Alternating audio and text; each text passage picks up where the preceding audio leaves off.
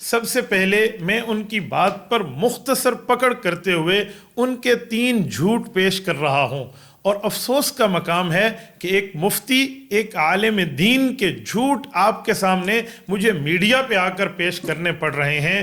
میں حیران ہوں مفتی طارق مسعود صاحب کو اس میں جھوٹ بولنے کی ضرورت کیا تھی۔ سب سے پہلے مفتی طارق مسعود صاحب نے جو جھوٹ بولا ہے وہ فرماتے ہیں کہ مولانا فضل الرحمان نے عمران خان کو یہودی ایجنٹ کہنے کا معاملہ جو کیا تھا اس سے رجوع کر لیا، یہ الفاظ انہوں نے واپس لے لیے ہیں۔ آپ اتنا دفاع کرو نا کہ جتنا افورڈ کر سکتے ہو۔ مولانا فضل الرحمان کل تک عمران خان کو یہودی ایجنٹ نہیں کہتے تھے، انہوں نے رجوع نہیں کیا اس سے، تو آپ کیوں اس کا جواب پی جاتے ہو؟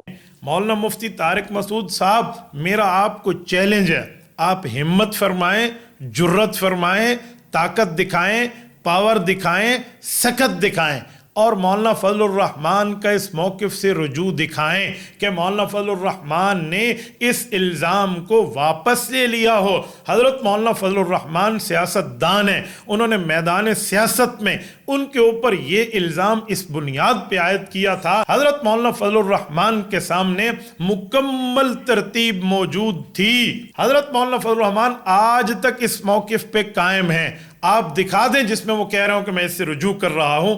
جیو نیوز اس پر معافی مانگ چکا ہے۔ جب مولانا نے فرمایا تھا کہ ہم نے سیاسی طور پہ اس پہ الزام لگایا، لوگوں نے کہا یہ ایک سیاسی نعرہ تھا، حالانکہ مولانا فضل الرحمان کے مراد یہ تھی کہ میرا اور اس کا کوئی دارالافتاء کا چکر نہیں ہے، میں میدان سیاست میں ہوں تو سیاسی مخالف پر میں نے یہ بات کی ہے۔ لوگوں نے سمجھا یہ رجوع ہے، تو مفتی طارق مسعود صاحب جس پر جیو معافی مانگ چکا ہے اس جھوٹ کو لے کر آگے چل رہے ہیں۔ آپ کا کیا معاملہ ہے؟ ایک مفتی اور اس طرح کی بے تحقیقی بات کر رہا ہے، کچھ تو اپنے آپ کو دیکھیں۔ آپ کے پاس یہی کھوٹے سکے رہ گئے ہیں، آپ کے پاس کرنے کو کوئی مضبوط اور مدلل بات موجود نہیں ہے۔